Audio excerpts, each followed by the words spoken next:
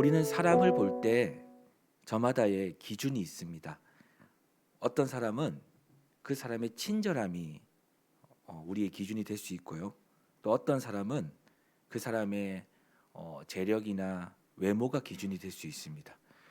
또 어떤 사람은 그 사람으로부터 뭔가 배울 점이 있는가 없는가, 이것이 우리가 누군가를 볼 때 그것이 기준이 될 수가 있다는 거죠. 근데 우리가 그동안 인생을 이렇게 살아오면서 사람을 보는 기준들이 사실은 그 사람을 어떻게 언제 가장 정확하게 볼 수 있었는가, 그것을 생각해 보면 그 지점은 처음이 아니라 마지막이었다는 거예요. 그 사람이 누군가, 그 사람이 어떤 사람인가는 사실 처음보다는 그 사람이 마지막을 볼 때 그 사람이 누군지를 정확하게 파악했다는 것입니다. 그 사람이 누군지를 정확하게 알게 되었다는 거죠. 바로 끝이라는 것입니다. 처음이 아니라 끝에 그 사람이 누군지를 알 수 있었다는 거죠. 예수님도 마태복음 7장 18절에서 20절을 통해서 이런 말씀을 하신 적이 있습니다. 좋은 나무가 나쁜 열매를 맺을 수 없고 못된 나무가 아름다운 열매를 맺을 수 없느니라. 아름다운 열매를 맺지 아니하는 나무마다 찍혀 불에 던져지느니라. 이러므로 그들의 열매로 그들을 알리라. 모든 열매의 제일 마지막 그때 그 열매가 무엇인지를 알 수 있다고 예수님도 이야기하셨죠. 결국 사람은 마지막에 가보았을 때 이 사람이 좋은 사람인지 그렇지 않는 사람인지를 알게 된다는 것입니다. 이유는요, 어떤 사람이라도 여러분 자신이 행하는 모든 것에서 그 동기나 그 마음은 결국에는 마지막에 나타난다는 거예요. 이것이 드러난다는 겁니다. 아무리 그것이 사랑으로 보였을지어도 그 사랑의 끝이 다른 것이라면 그 사랑은 진짜 사랑이 아니라는 겁니다.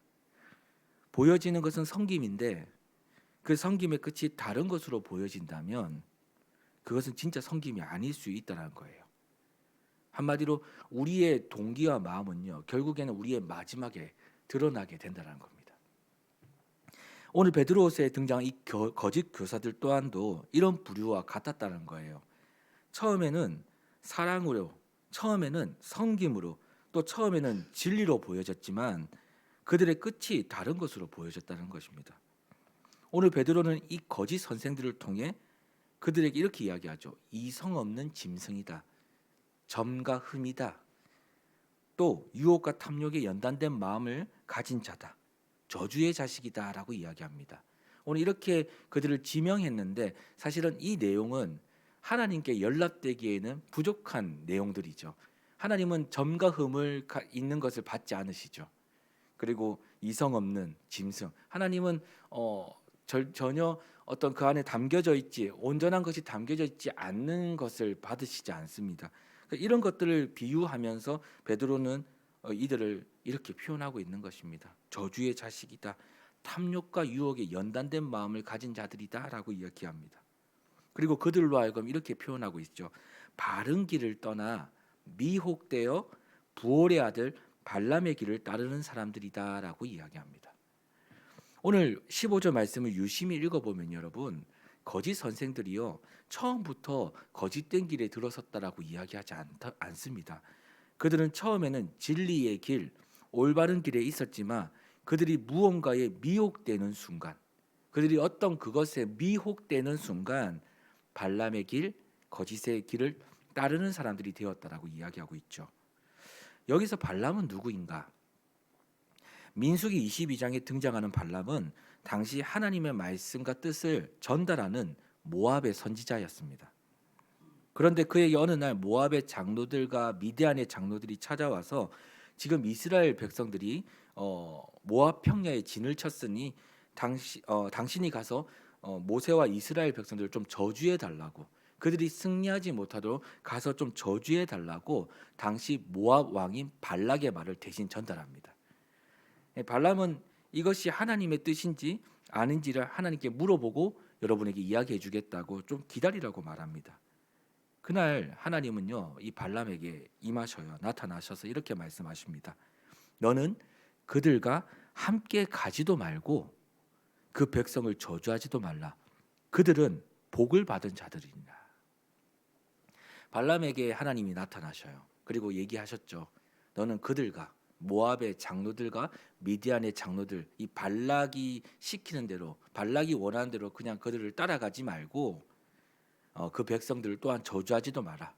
지금 그들은 누구냐면 내가 그들에게 복을 준 사람들이다. 이스라엘 백성들은 나의 복을 받은 복의 백성, 언약의 백성들이다라는 것을 이야기해주고 있죠. 발람은요 이 말을 그대로 발락이 보낸 이 모압의 장로들과 또 미디안의 장로들에게 전달합니다. 그리고 그들과 함께 가지 않습니다.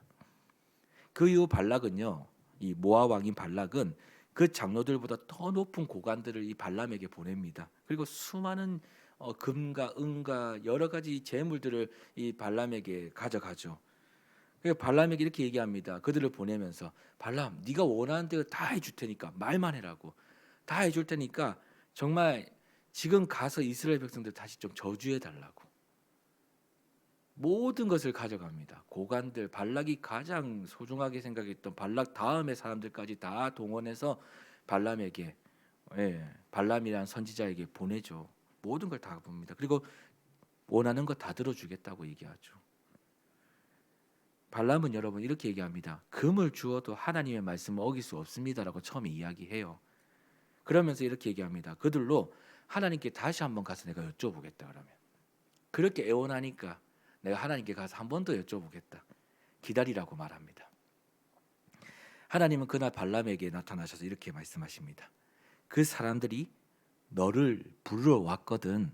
일어나 함께 가라. 그러나 내가 내게 이르는 말만 준행할지니라.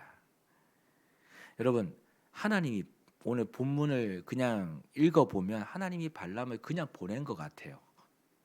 그것도 하나님 뜻처럼 보내신 것 같죠. 근데 하나님은 여러분 발람의 중심을 보셨어요. 발람은 아마 그 사람들과 함께 가고 싶었을 겁니다. 그래서 그로 같이 가라고 그를 달아보았거나 아니면 이미 마음먹은 그의 자유의지를 막을 수 없다는 것을 하나님은 알고 계셨을 거예요. 어찌되었든 그 이야기를 들은 발람은요 다음 날 바로 아침에 짐을 싸고요 모압 왕 발락이 보낸 고관들과 함께 길을 떠납니다. 15절과 오늘 본문 16절을 보시면 이렇게 이야기하죠. 그들이 바른 길을 떠나 미혹되어 부올의 아들 발람의 길을 따르는도다.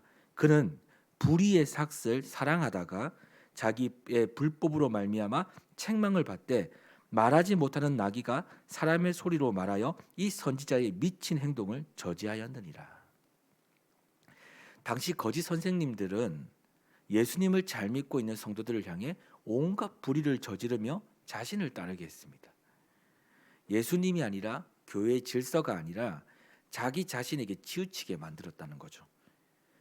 그들에게서 그들은 말씀에서 말하지 않는 것을 성도들에게 말하며 하나님께서 실하시는 죄의 무게를 가볍게 만듭니다. 그래서 그 사람들이 기쁘게 만들어요.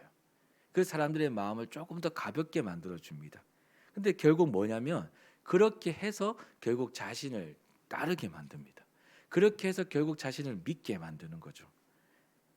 그래서 베드로는요 이런 일을 저지르고 있는 그들로 유혹과 탐욕에 연단된 저주의 자식들이라고 말했던 거예요. 저는 오늘 이 말씀을 묵상하면서 고민을 좀 많이 했습니다. 사실 오늘 우리가 이 아침에 이 새벽에 이 고민을 좀 해볼 필요가 있겠다 생각을 하는데요. 하나님이 나에게 주신 말씀과 뜻을 내 삶에서 바꿀 수 있게 하는 또 지키지 못하게 하는 그것은 무엇인가? 우리에게도 하나님의 말씀과 뜻을 주시죠. 매일마다. 근데 이것을 바꿀 수 있게 하는 또 그것을 지키지 못하게 하는 그것은 무엇인가? 오늘 하나님의 말씀과 뜻을 받은 발람을 보면 발람으로 하여금 하나님의 말씀을 바꿀 수 있게 또 지키지 못하게 했던 그것은 무엇이었냐? 바로 자기 안에 싹트고 있던 불의의 싹, 바로 탐욕이었다는 것입니다. 탐욕, 세상을 사랑하는 거죠. 불의의 삭시 무엇이냐면 바로 하나님이 주신 것 이외의 것을 말합니다. 오늘 여러분과 저에게 이 하루에 주신 그것 이외의 것을 뭐라고? 그것 이외의 것을 소망하거나 그것을 취하고자 하는 것을 불의의 삭시라고 이야기하죠.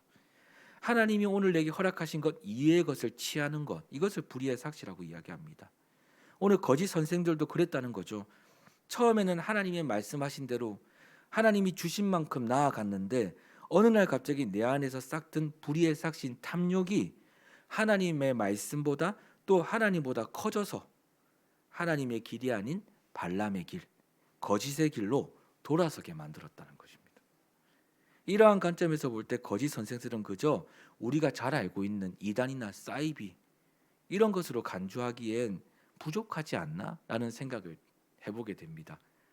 분명히 이단도 사이비도 거짓 선생에 포함되지만 그들은 이미 그렇게 정체를 나타냈죠. 하지만 조금 더 깊숙이 들어가 보면 하나님이 우리에게 주신 은혜를 또 하나님이 우리에게 주신 그 모든 것을 만약 자신의 탐욕으로 이용하고 자신들을 위해 사용하게 된다면 우리도 참에서 거짓으로 바른 것에서 그 바른 것을 전하는 사람에서 거짓을 전하는 사람으로 충분히 돌아설 수 있는 사람이 아닐까라는 생각을 해보게 되었습니다. 그리고 그런 일이 부족한 제게도 일어날 수 있겠다라는 생각을 오늘 본문을 묵상하면서 저를 한 번 더 돌아보게 되었습니다. 여러분, 우리가 그래서 매일 싸워야 되는 것이 있다고 생각합니다. 그건 바로 내 안에서 하나님처럼 되려고 하는 그 마음, 말씀보다 내가 앞서 결정하고 하나님이 주신 것을 넘어 내가 갖고 싶은 건 다 가져야 하고 또 하나님보다 내가 더 나타나야 한다라는 이 마음과 우리는 매일 싸워야 한다는 것입니다. 19절을 보시면 이렇게 이야기해요. 그들에게 자유를 준다 하여도 자신들은 멸망의 종들이니 누구든지 진 자는 이긴 자의 종이 됨이라. 하나님의 말씀은 여러분 늘 우리에게 승리를 줍니다. 우리가 어떤 상황이 와도 말씀을 의지할 때 하나님은 우리로 세상을 이길 수 있는 힘을 주십니다.